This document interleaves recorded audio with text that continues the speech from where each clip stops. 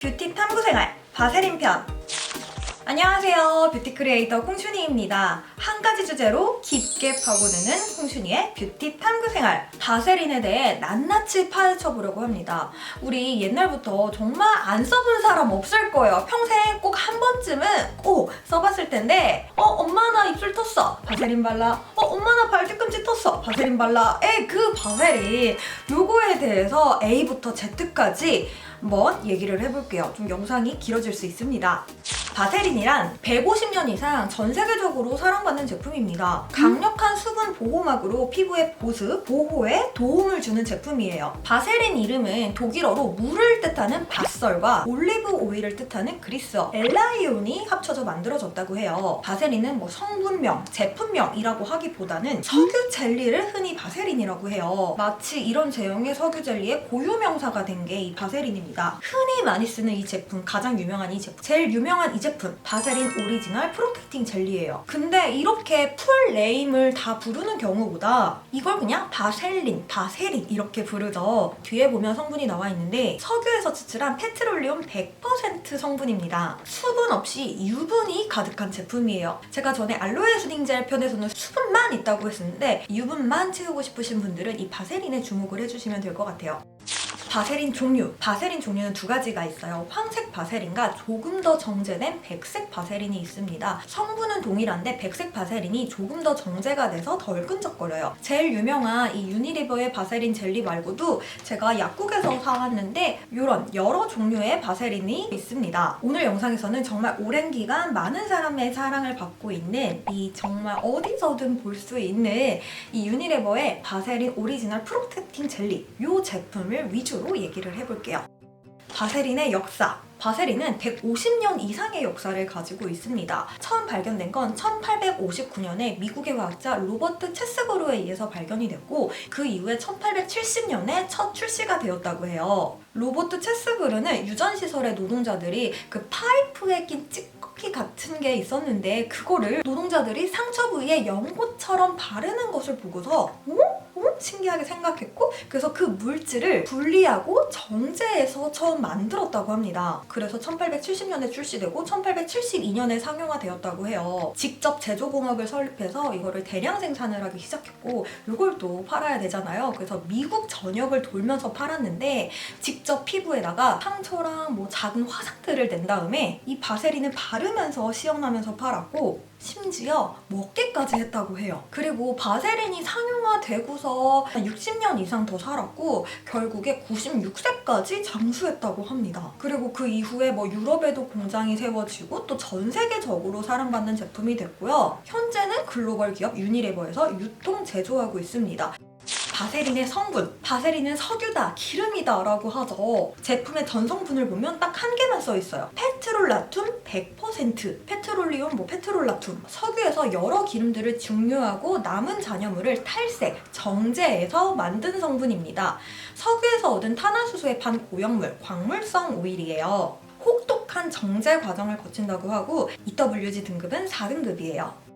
안전한가? 그럼 석유에서 추출했는데 이거 피부에 발라도 돼? 안전한 거야? 라고 생각이 들 수 있을 것 같아요. 이 페트롤라툼은 석유에서 추출한 물질을 정제한 제품이에요. 각국의 안정성 평가를 거친 제품이고 전 세계에서 사용되고 있어서 안심하고 사용을 하셔도 됩니다. 안전하지 않고 해로우면은 정말 이렇게 오랜 시간 동안 많은 국가에서 판매가 되지 않았을 거라고 생각을 해요. 바세린에 대한 이슈가 정말 많았어요. 발암물질이다, 얼굴에 바르면 안 된다, 트러블 난다, 석유 찌꺼기다. 바세린의 이 페트롤라툼 성분은 앞서 계속 제가 얘기한 것처럼 석유를 정제하는 과정에서 증류하고 남은 잔여물을 정제시킨 물질이라고 해요. 유니레버 브랜드에서 말하기로는 3번 정제시켜 안전하다고 하고 150년 동안 지속적으로 업그레이드가 되었다고 합니다. 150년 전 그때와 완전히 같은 상태는 아니겠죠. 기술이 더 많이 발달을 했으니까요. 근데 발암물질이 있으니까 바르지 마라, 이런 기사들이 많았었어요. 그래서 저도 이 영상을 준비하면서 검색을 정말 많이 해봤는데요. 석유를 정제하는 과정에서 불순물인 PAH라는 물질이 나온다고 해요.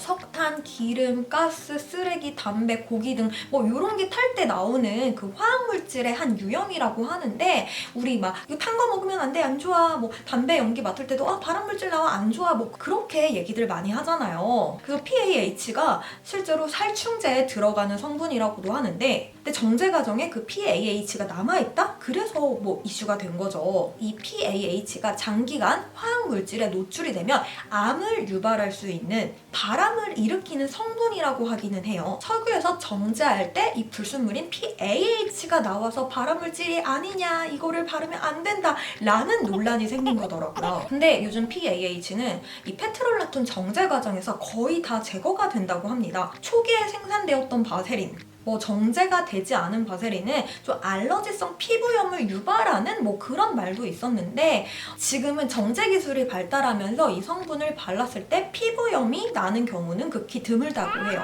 PAH는 체내로 섭취될 경우에 암을 유발할 수가 있어서 입술에 발랐다가 무심결에 먹을 수도 있어서 입술에 바르지 말라라는 기사가 많이 떴었어요. 이 제형을 봤을 때도 자체 분자가 커서 피부를 통해서 PAH 물질이 흡수될 확률은 낮다고 합니다. 현재 FDA 규제에 따른 이 테스트를 다 충족을 시켰다고 하고요. 특히 먹는 제품이 아니라 피부에 바르는 제품이잖아요. 피부에만 바른다면 저는 괜찮다고 생각을 합니다. 근데 이 제품을 최초로 만든 로버트 체스브로는 이거를 매일 먹었다고 하지만 그래도 좀 입에 닿지 않게 신체 내부로 유입될 수 있는 그런 부위들이 눈, 여기 특히 점막, 코 안에, 그리고 입술, 이 부위는 피해서 발라주는 거를 추천을 드립니다. 바세린에서 발암물질이 나온다? 에 대한 말들이 많았는데, 진짜 이게 발암물질이 나오고 안 좋은 사례가 있었으면 전 세계적으로 단종이 됐을 거라고 생각합니다.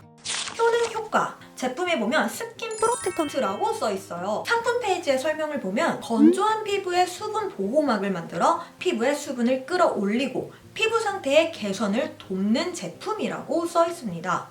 기름 성분이기 때문에 피부의 보습을 유지해주고 코팅해주는 제품이에요. 제일 큰 효능은 피부 보습제라고 생각을 해주시면 돼요. 피부 보습 성분은 피부에 수분을 공급하는 수분제, 피부 틈새를 메워 부드럽고 매끄럽게 만들어주는 연화제, 피부 수분 증발을 막아 수분을 가둬주는 밀폐제, 수분제, 연화제, 밀폐제, 이 세 가지로 나뉘는데, 이 바세린은 피부의 코팅막, 밀폐제, 보습제라고 생각을 하시면 됩니다.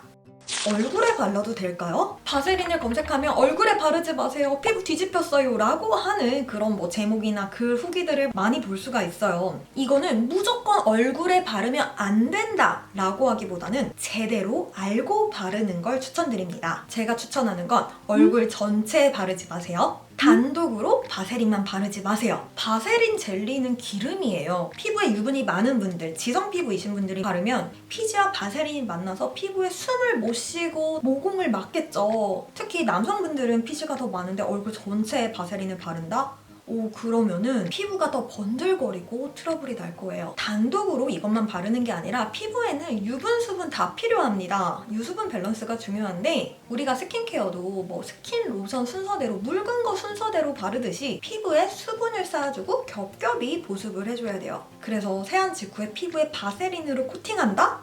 그러면 오히려 속건조 있는 분들은 더 건조할 수가 있어요. 피부 안에 채워진 게 없이 건조한데 근데 피부에 막은 있어요. 그럼 오히려 피부 속 수분은 없는데 답답하겠죠. 특히 더 수부지이신 분들은 더 바세린만 바르시면 안 됩니다. 바세린을 얼굴에 바르신다면 이전 보습할 거 다 하고 마무리 단계에 보습 코팅으로 수분 날아가지 말라고 부분적으로 발라주세요. 너무 라이트한 수분 크림 있잖아요. 그걸 발랐을 때 조금 얼굴 당기고 부족했다. 그럴 때 좀 섞어 바르시는 것도 좋고, 피지 분비가 많은 코 주변은 피해서 바르시고요. 얼굴에 피지 분비가 별로 없는 얼굴 외곽이나 건조한 부분에 얇게 바르는 걸 추천드립니다.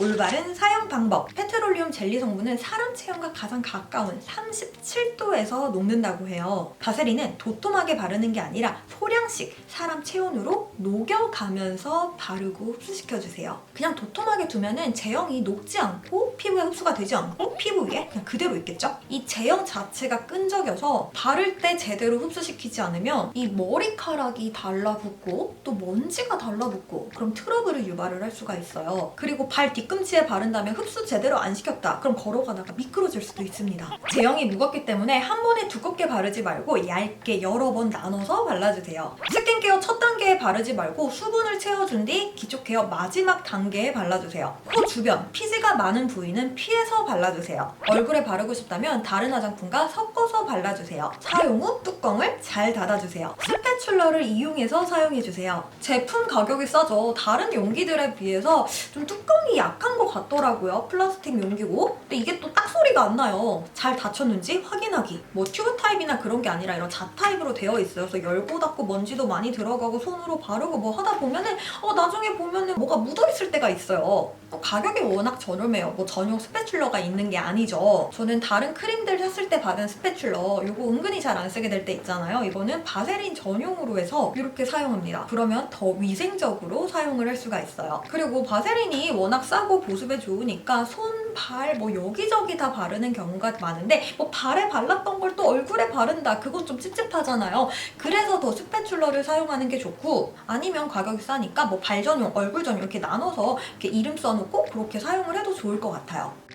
바세린을 사용하면 주름이 펴질까요? 바세린은 주름 개선 기능성 화장품은 아닙니다. 피부의 기본 케어는 보습이에요. 또 주름 예방의 기본은 보습과 자외선 차단이죠. 그럼 보습만 어느 정도 잘해줘도 주름 예방이 된다는 건데 이 바세린을 바른다고 이 주름이 펴지는 거는 아니지만 피부가 건조하고 메마른 상태에서 주름이 더 잘 생깁니다. 그래서 촉촉하고 보습이 잘 된 상태라면 주름이 더 예방이 되겠죠. 바세린이 수분감을 주면서 수분을 잠가주는 역할을 해서 잔주름이 있는 부분에 꾸준히 바르면 주름이 좀 펴지는 효과가 있어요. 잔주름 부위가 건조하면은 주름이 더 깊어져요.